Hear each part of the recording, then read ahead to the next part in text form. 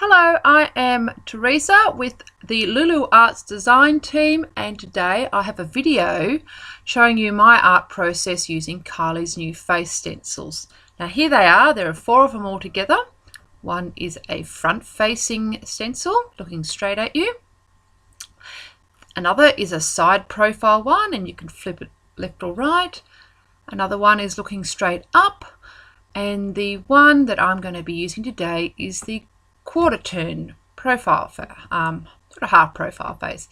And what I like about this one is you can angle it in a variety of ways to get a different pose or a look. And I am working in my Strathmore mixed media art journal, and first of all I'm going to rip a page out of one of these magazines which I will be using as my model and guide, and here it is. And you can see the face size and orientation is generally the same. I'm working on a page that I've already worked on previously, probably from about 2 years ago.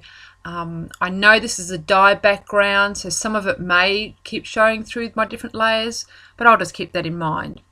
But I am going to be putting a new background layer on using the Dina Wakley scribble sticks and some Caran d'Ache water-soluble crayons. I love these products. They're one of my most favourite products. If it's water-soluble crayon, I'm loving it. So here I am just scribbling some yellows and reds over the background. And then I get the Dina Wakley stiff brush. I like that one because it is stiff, and I get some Ceramcoat white and I activate all that crayon with the paint and that brush. And keep mixing it up. Now, sort of round about this stage, I sort of go off on a bit of a wander and start scribbling into the background with some other crayons. But that part of it wasn't working for me, so I just left that and just moved on. So now I'm telling myself to stop, because you've got to tell yourself to stop sometimes. So here I'm back to my stencil. I've positioned it in a position that's similar to the one next for my model that I have on the other side. I've pulled out some Inktense pencils and I am going to trace around just the face. I'm using blue. For me, blue will fade into the background a bit, especially as it's good for creating some shadow marks. So a lot of those marks there for creating shadows, except for the cheeks, of course. I do that in red. Now I want to get these other lines in, so using my finger and already sort of making pretend marks on my model, I then just transfer those marks over onto my page. And I'm doing her hair in this yellow Inktense pencil, but I realised pretty quickly that I am going to lose that as soon as I start painting over it, so I'll go back over it in orange. I come back in with my water-soluble crayons. Look, I just put them in a tray, and I just pick whichever colour grabs my attention. I'm wanting blue here to go in with the shadows. Because I've done that first face in Inktense pencils, you saw me just smudge that Inktense out. And I've come back in with some yellows for the highlights, and I'm trying to find that sort of mid-tone area. I think I used a bit of a brown there, and gone back in for darker blue with some shadows. So now I'm going to activate all of that with a little bit of white paint. Now I'm starting with the blue areas first. Now I realise there's too much paint on my brush, and if I went straight into the yellow areas, all I'm going to get is green. I don't want that, so I've actually scrubbed that paint off, refreshed my brush with new paint, and went into the yellow. Just trying to be also mindful, of if it's water soluble, what has set and what hasn't set, because you don't want to be making mud. So I scribbled on some red for the cheeks, of course, and painted them in. Now I'm coming back in and just adding some more definition around noses and the mouth. Just still sticking with my scribble sticks and the Caran d'Ache crayons there. I'm not putting any more paint on my brush. It's now dry. It was a dry brush. Now I'm on to dressing her hair and her clothes, and I just use this serviette, and it's only one serviette, and I've actually taken off the green parts, which I'll use for her shirt. Now I just stick these down with a glue stick. Not all the edges are firmly attached. All I'm just doing is putting them where I think they should go. Now what matters is that I put the glue stick only in the shape of where I want it to go. So I want it in her hair, I only put the glue stick in her hair. It doesn't matter if the paper sticks out over the sides, I can deal with that later. So basically just tacking it all in place with that glue stick. And any other little bits that I feel like I want to tack on. And with all the overhang, what I do now is get a wet paintbrush and shape the bits of tissue by removing it, because once that tissue is wet, it'll just tear quite easily. Okay, so now I've got my matte medium out. So because all those, basically there are a lot of loose edges on that serviette, I now want to stick all of that down. But none of that, because I've already glued it down with glue stick, none of that's going to go anywhere, so it's much easier to manage if it's already partly glued down. This just holds it all together. And just some finishing touches with any loose bits of serviette still around.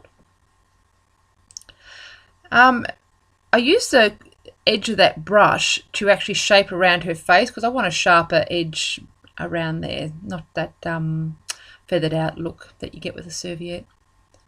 So it's nice and dry now. I've brought my model back in to use. I'm going to go and do another layer of shadows. Just building up the shadows.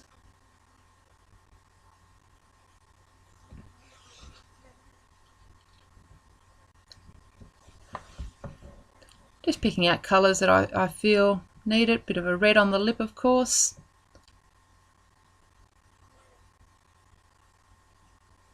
Rosy up those cheeks. Bit of shadow around the collar. Now back into the white paint, and I'm going to basically do what I did before, and that's activate those water-soluble pigments.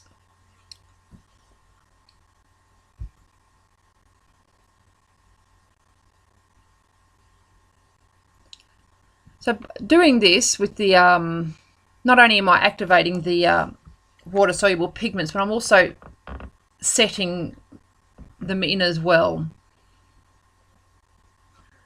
And this layer won't, once that dries, it won't reactivate should I come over it again with the next one.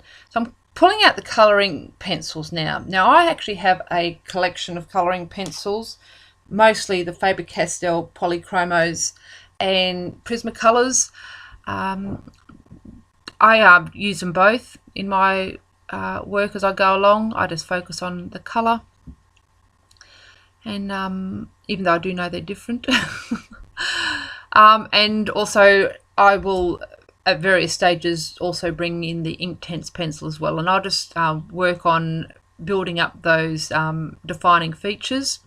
If I am using a Inktense pencil like I am just right now, I will be mindful of that, because if that has to be wetted to set it, and that will move as soon as I put anything wet over it. Just like that red one there, I know that's going to get wet.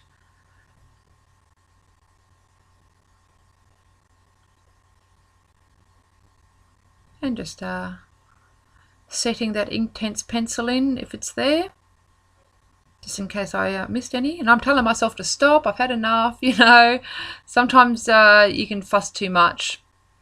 So now I'm going back to the hair. So while that face dries, I'm moving on to the hair, and I've got the paint over pens, the Jane Davenport ones, and they actually work really nicely over the top of this serviette.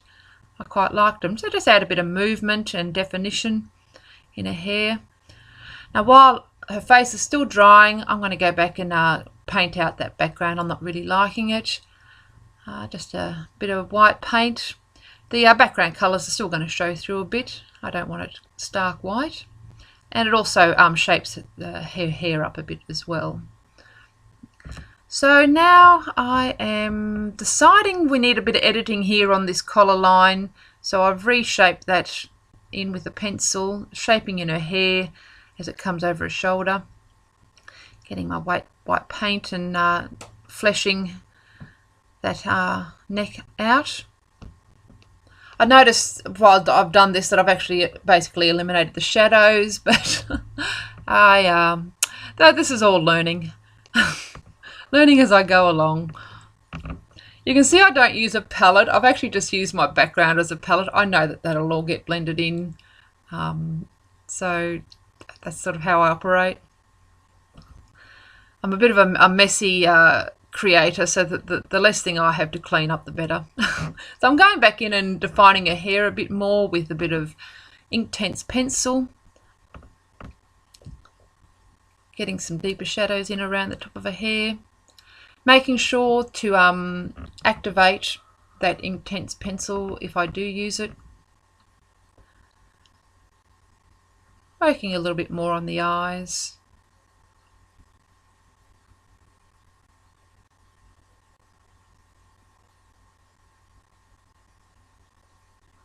And some highlights around the face where I feel like it needs it.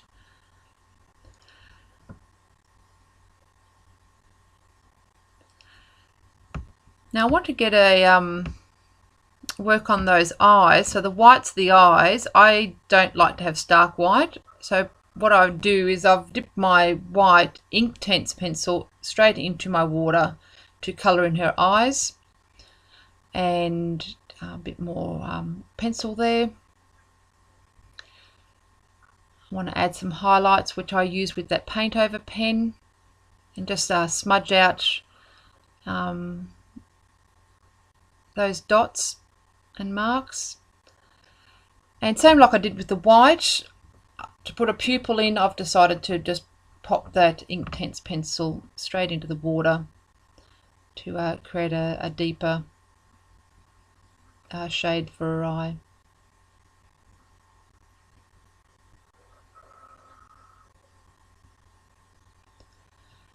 And this is probably where I start maybe getting too fussy. I think I'm going to say it's done now and say that was good. I quite enjoyed using that stencil. It was fun. It was got me straight to the point of getting that face on the page so I could work on other things like her clothes and her shadows. So thank you very much for joining me, and I hope you enjoyed that.